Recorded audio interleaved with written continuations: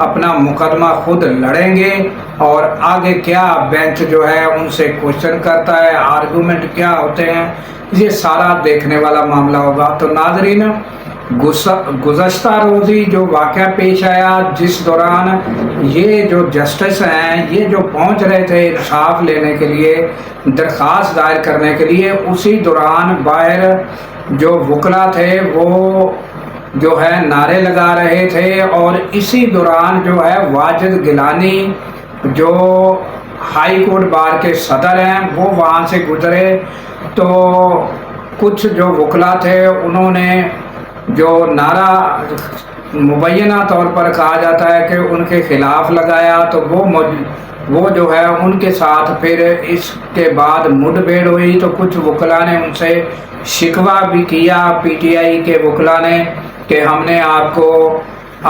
Voting میں آپ کا ساتھ دیا، آپ کو صدر بنانے میں ہم نے ساتھ دیا۔ تو اس دوران جو ہے وہ تلخ کلامی بڑی اور ہاتھا پائی تک بات جا پہنچی۔ تو اس کے بعد ناظرین یہ بھی مناظر دیکھنے میں آئے کہ بڑی تعداد میں جو ہے وہ پولیس اہلکار جو تھے وہ سپریم کورٹ پہنچے، اور پھر وہ وکلا کو گرفتار کرنے کے لیے آئے۔ پھر وہ بات جو ہے کہاں تک جو ہے معاملہ ٹھنڈا ہوا، مگر آج جب یہ میں ولاگ ریکارڈ کرا رہا ہوں تو ناظرین اس وقت وکلا جو ہے سپریم کورٹ کے باہر دوسرے شہروں سے بھی جمع ہو رہے ہیں۔ اب یہ آئندہ جو ہے چند گھنٹوں کے بعد کیا معاملات آتے ہیں، کیا وکلا جو ہیں وہ کیا بڑی ریلی نکالیں گے، بڑا احتجاج کریں گے یا کیا ہوگا، مگر وکلا جو ہیں وہ سپریم کورٹ کے باہر جمع ہو رہے تھے، اور حکومت کی جانب سے اور سیکورٹی فورسز کی جانب سے جگہ جگہ جو ہے وہ ناکے اور رکاوٹیں وکلا کے لیے کھڑی کی گئی تھی۔ تو یہ ناظرین عدالتی بحران جو ہے وہ جاری ہے، اور یہ بہت بڑی بات ہے کہ جسٹس جو ہیں وہ خود سپریم کورٹ انصاف کے متلاشی ہیں۔ تو اس کے علاوہ ناظرین آ جاتے ہیں سیلابی صورتحال پر۔ تو پورے پنجاب میں جو ہے اور سندھ کے کچھ دریاؤں کے نزدیکی جو نواحی اور نشیبی علاقے ہیں وہاں جو ہے امداد کی جو ہے ضرورت ہے، اور جو اب گڈو کے مقام اور سکھر کے مقام پر حالات جو ہیں وہ انڈر کنٹرول ہیں، کیونکہ اتنا جو ہے وہ ہائی ریلا موجود نہیں ہے کہ جو اس کی کیپیسٹی سے زیادہ ہو۔ تو یہ صورتحال ہے کہ اب صرف لوگوں کو جو ہے وہ ان کو ان کا راشن اور ان کے جو ہے امداد جو ہے ضروری اشیاء خورد و نوش کی وہ پہنچانا، اور پھر ان کی جو ہے بحالی، یہ سارا حکومت کی ذمہ داری جو ہے اس کو، اور دیگر تنظیمیں جو ہیں ان کو بھی چاہیے کہ یہ ذمہ داری جو ہے نبھائیں، کیونکہ یہ بہت بڑا بحران جو ہے یہ